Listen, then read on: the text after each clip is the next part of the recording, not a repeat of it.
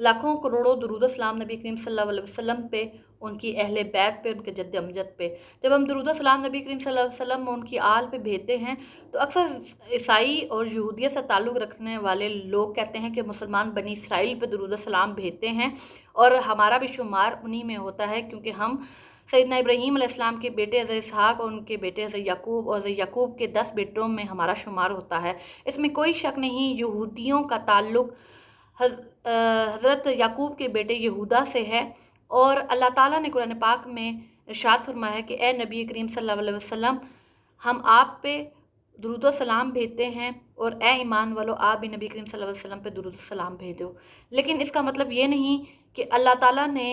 जिन पे अपनी लानत भेजी हो हम उन पे दुरूद व सलाम भेजते हैं। यहूदी वो वाहिद फ़िरका है, वो कौम है जिन पे अल्लाह ताला ने सख्त लानत भेजी है। और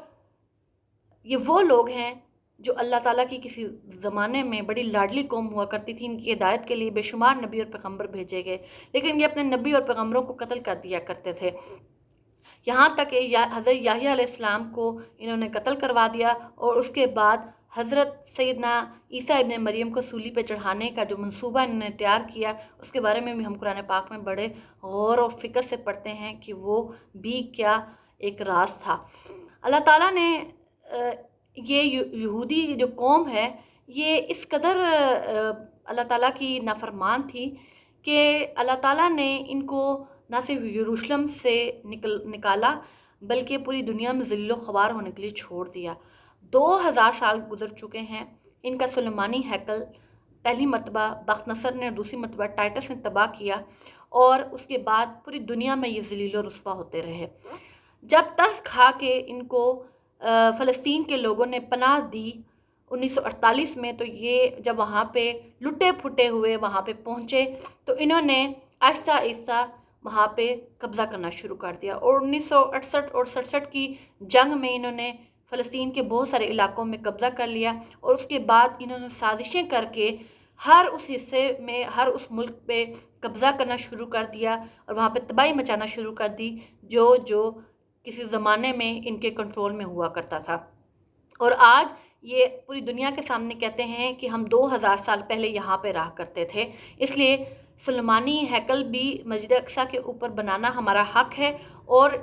शुमाली अरब तक जितना भी इलाका है वो ग्रेटर इसराइल बनाना हमारा हक़ है, क्योंकि हम अल्लाह के चुने हुए और लाडली कौम हैं। अगर अल्लाह की चुने हुए और लाडली कौम ये होती तो अल्लाह ताला कुरान पाक में कभी इन पे लानत ना भेजते और इनको कभी भी नाफरमानी की ये सज़ा ना मिलती कि पिछले 2000 साल से ये पूरी दुनिया में ज़लील व ख़वार ना हो रहे होते।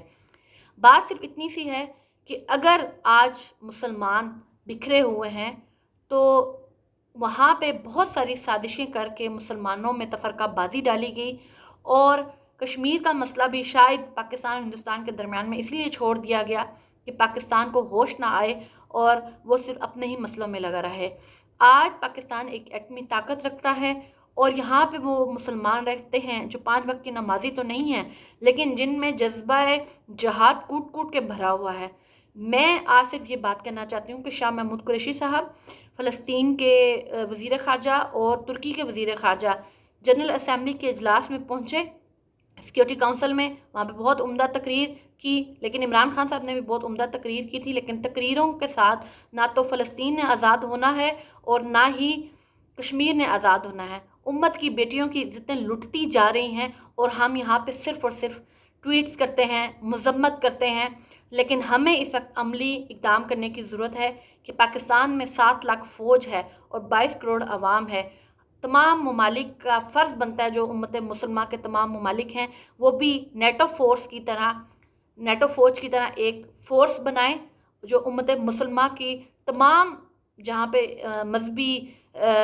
मसाजिद हैं उनकी हिफाजत करे और मुसलमानों की हिफाजत करे। हम लोग अगर मस्जिद नबवी की और मक्का मुकरमा की हिफाजत के लिए फ़ौज भेज सकते हैं तो याद रखिएगा हमारा किबला अव्वल हमारी इज़्ज़त है, हमारी हुर्मत है और हमारे नबी करीम सल्लल्लाहु अलैहि वसल्लम ने 1,24,000 पैगम्बरों की वहाँ पे इमामत करवाई। हम लोगों के हाथ से अगर आज मस्जिद अक्सा निकल गई तो याद रखिएगा हम लोग भी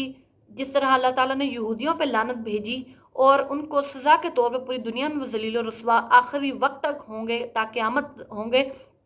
تو ہم بھی عذاب سے بچ نہ پائیں گے، کیونکہ امت کی بیٹیوں کی عزتیں لوٹتی جا رہی ہیں اور ہم خاموش ہیں، اور امت یہاں پہ بھی خاموش ہے کہ مسجد اقصیٰ جو کہ ہمارا قبلہ اول ہے اس پہ بھی ہم لوگ صرف اور صرف احتجاج کر رہے ہیں، لیکن عملاً ہم کچھ بھی نہیں کر رہے۔